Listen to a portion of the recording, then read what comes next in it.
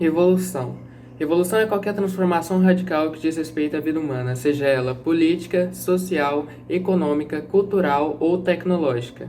A primeira revolução industrial, ela marcou a transição da produção manual para a produção mecanizada e aconteceu entre 1760 e 1830. A segunda revolução industrial, que aconteceu por volta de 1850, ela trouxe a eletricidade e permitiu uma fabricação em massa. Já a terceira revolução industrial, que aconteceu em meados do século XX, 1950, ela resultou da chegada da eletrônica, da tecnologia da informação e das telecomunicações. Já a quarta revolução industrial, que ainda não aconteceu, ou ao menos está acontecendo ainda, ela traz consigo uma tendência de automatização total das fábricas, que é resultante dos sistemas cibernéticos, da internet das coisas, das redes e da inteligência artificial. Eu irei falar hoje sobre a quarta revolução industrial, uma das características mais importantes com que faz ela ser tão inovadora. A velocidade. Tudo que nós, seres humanos, fizemos em 2000 anos, conseguimos apenas avançar muito pouco em comparação aos 15 anos que vivemos e evoluímos. As indústrias hoje em dia são tão evoluídas que com sensores elas conseguem calcular e completar atividades em muito menos tempo do que antigamente. Um exemplo é uma empresa de construção de carros. Hoje em dia ela demora entre 5 dias para deixar um carro pronto. Antigamente era necessário quase um mês. Isso faz com que tudo se mova mais rápido. A economia se move mais rápido. Dinheiro vai e volta muito rápido. Empresas acabam em falência muito rápido. Empresas que não se inovam e não acompanham a Revolução Industrial 4.0 acabam indo à falência. E isso é o que acontece hoje. Se você não acompanha a velocidade, você fica para trás. É isso. Amplitude e profundidade na quarta revolução industrial. A amplitude e profundidade na quarta revolução industrial, ela tem a revolução digital como base, ela combina várias tecnologias, levando a mudanças de padrão não só em economia, mas também nos negócios, na sociedade e nos indivíduos. A revolução ela não está modificando mais só o que e só como fazemos as coisas.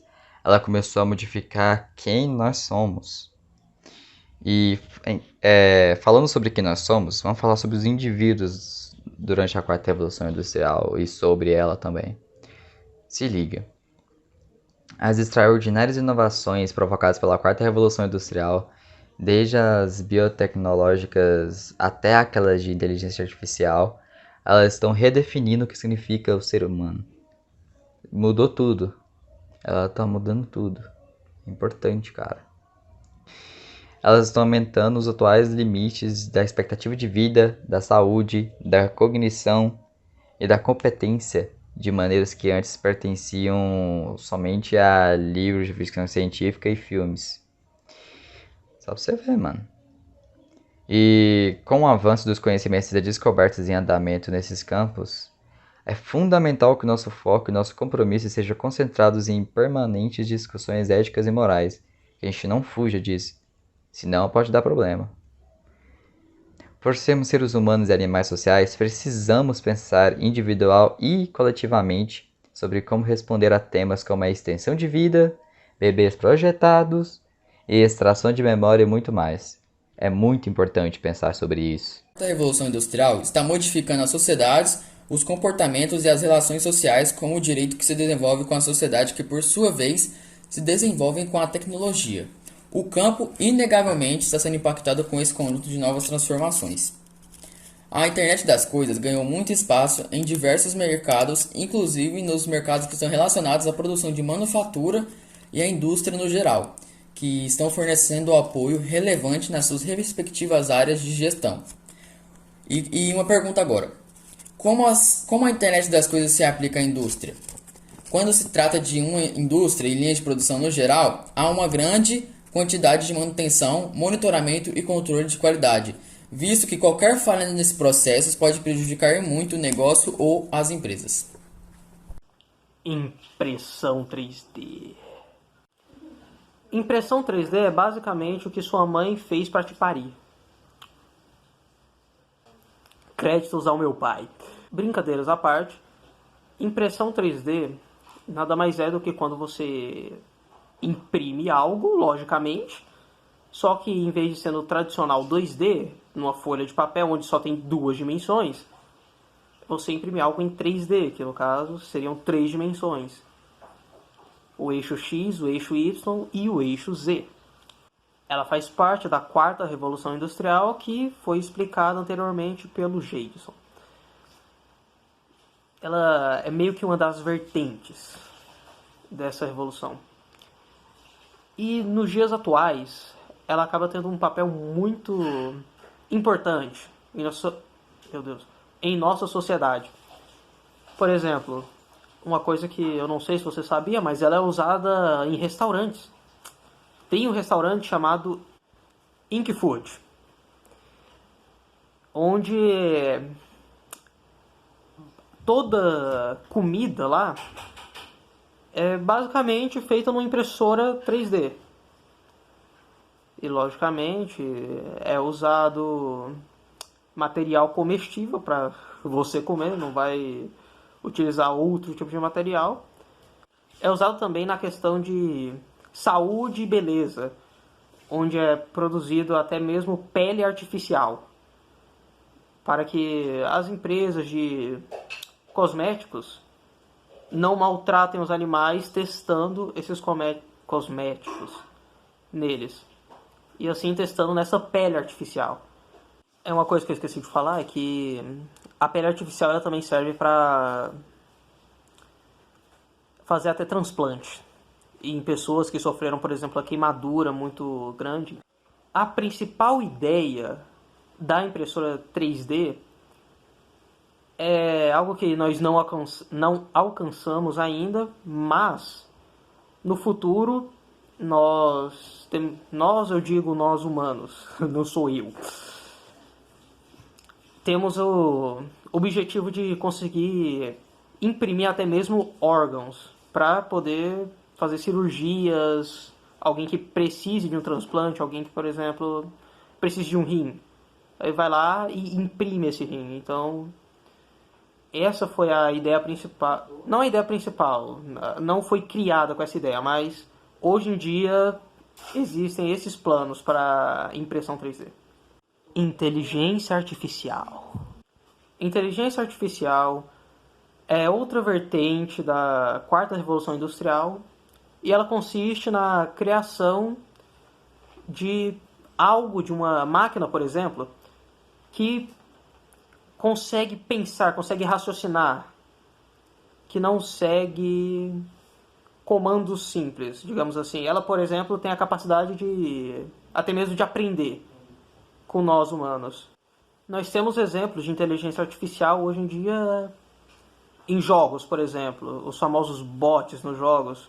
É basicamente inteligência artificial, é onde tem um personagem que é controlado pelo computador e ele não segue um padrão no caso, mas ele tenta jogar como se fosse um humano. Ele não segue um padrão programado. Ele tenta fazer jogadas que realmente um humano faria. É lógico que tem casos e casos, alguns em certos jogos são péssimos, outros em certos jogos são bons até demais, tipo no xadrez. Xadrez contra o computador é complicado. Outro exemplo é a Alexa, que nos dias atuais consegue até controlar a sua casa de uma maneira inteligente. Ela consegue executar várias tarefas na sua casa. Ela deixa a sua casa automática, Farm do Vinícius 13. Vou chamar aqui a inteligência artificial de IA, porque é a sigla de inteligência artificial. Pretende-se que as IAs, no futuro, façam trabalhos que hoje pessoas fazem e, consequentemente, nós já pensamos naquela coisa de perder emprego, mas elas estão sendo criadas, na verdade, para ajudar em certas tarefas que, por exemplo, poderiam ser perigosas, para evitar que aconteçam coisas como acidentes de trabalho. Serve também para, por exemplo, quando o Google te escuta aquelas suas palavras e, por exemplo, você fala, estou precisando de um tênis.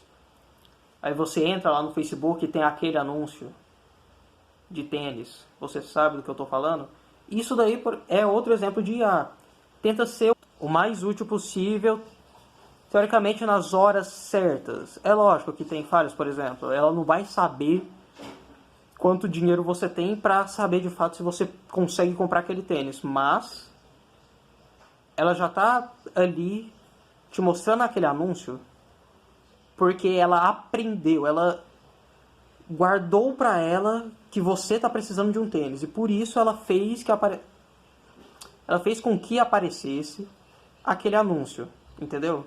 Basicamente, uma inteligência artificial é uma inteligência, basicamente algo que segue uma linha de raciocínio, que consegue estabelecer essa linha de raciocínio através de mãos humanas, algo que foi criado por nós humanos, né? Artificial. Não é algo natural, como nossa cabeça. É basicamente isso. Como pode-se observar, em nosso mundo atual, com a globalização, a velocidade de tudo acabou aumentando de maneira exponencial. Os meios de transporte, o surgimento de novas tecnologias, até mesmo extinção de espécies e destruição de ecossistemas. Você tem um espaço onde produtos estão sendo produzidos com cada vez maior velocidade, surgimento de novas vacinas durante menos de 2 anos, em menos de 2 anos completos já surgiu uma nova vacina do coronavírus, por exemplo. Você tem um espaço onde a troca de informações está cada vez mais rápida, em que uma adaptação sempre nova e contínua a esse meio é necessária para todos os seres humanos que querem ter um trabalho no mercado de trabalho. E por aí vai. A comunidade está aumentando seus investimentos em áreas como nanotecnologia, robótica, programação e saúde e estética, a comunidade científica. Sendo que várias coisas que há alguns anos atrás era apenas ficção científica, já é algo bem real, palpável até, como manipulação genética, registro de DNA completo, inseminação artificial, na qual você faz uma ovulação de maneira meio que artificial, sem relação sexual direta. Você tem uma área da robótica cada vez mais pronta, mais equipada, mais adaptada para o mundo. E você tem uma velocidade cada vez maior na internet, em que você acaba dependendo dela para sobreviver, seja no trabalho, para conseguir informações, e por aí vai. Você não vive sem internet hoje em dia no mercado de trabalho. Já é uma mudança bem grande. E tudo isso acaba fazer parte da quarta grande revolução industrial.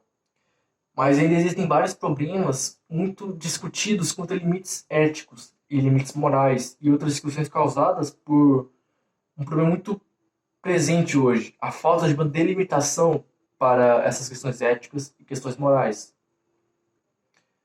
Eu gostaria que vocês fazer algumas perguntas para vocês, que eu gostaria que vocês pensassem sobre. Usar testes em animais para produzir medicamentos ou curas é antiético? Utilizar mão de obra barata em países subdesenvolvidos para diminuir gastos e aumentar o preço no mercado mundial é antiético? Manipulação genética é antiético? Você pesquisar um histórico completo de uma pessoa no Google para ver se vale a pena contratar ela é algo antiético? E qual a fronteira disso? Qual a delimitação disso? O que é certo, o que seria errado nesse processo? Talvez você esteja se perguntando a relação disso com o que seria a quarta revolução industrial. Você está perguntando por que isso tem a ver. Porque isso não é algo de assim, muita relação, apesar do fato. Então. Primeiro, a quarta revolução é a conexão cada vez mais presente, e às vezes até mesmo excessiva e incisiva entre as pessoas, o consumidor, o humano, e a tecnologia, a informática, a robótica, a internet das coisas, a IoT, etc. Ainda estamos aprendendo como balancear nossas vidas entre a tecnologia e o mundo real, além de equilibrar o que seria sagrado, o que deve ser preservado, o que deveria ser melhorado, o que poderia ser manipulado em prol de um futuro maior, ou mesmo mercado econômico. A inteligência artificial, os avanços científicos continuam se mudando e evoluindo constantemente, a ponto de se chegar a um ponto no futuro onde o avanço pode perder o controle. Como, por exemplo, na primeira Revolução Industrial, para você ter um paralelo, você tinha pessoas trabalhando em áreas, em situações sobre-humanas, você tinha trabalho semi-escravo ou mesmo escravo, você tinha situações de trabalho precárias e perigosas, e tudo isso por causa de uma falta de moral e ética nas fábricas. E isso causou a enfermidade de várias pessoas. Isso se acontecesse na quarta Revolução Industrial. E se a mecanização das indústrias cada vez maior, necessitando cada vez menos de operários, necessitando cada vez mais de mão de obra capacitada e de pessoas que estudaram bastante sobre o assunto para de fato trabalhar bem, não seria um problema evidente que poderia causar o desemprego de várias pessoas se isso não fosse implementado de maneira inteligente, de maneira sábia sobre isso. Isso, uma revolução é uma mudança total de nosso cotidiano, uma mudança total de como nós somos e como nós fazemos nossas coisas, etc. Então, é necessário você ter uma moral, uma ética muito forte para delimitar o que é certo e o que é errado, para acabar não causando problemas a nós e a nossos iguais durante o nosso futuro. É necessário pensar sobre isso. E, basicamente, raciocinar sobre a que ponto isso podemos fazer algo ou não. E é isso, galera. Obrigado pela atenção e obrigado por ter prestado atenção. Eu espero que vocês tenham prestado atenção no vídeo até agora e tenham um bom dia e tomem cuidado.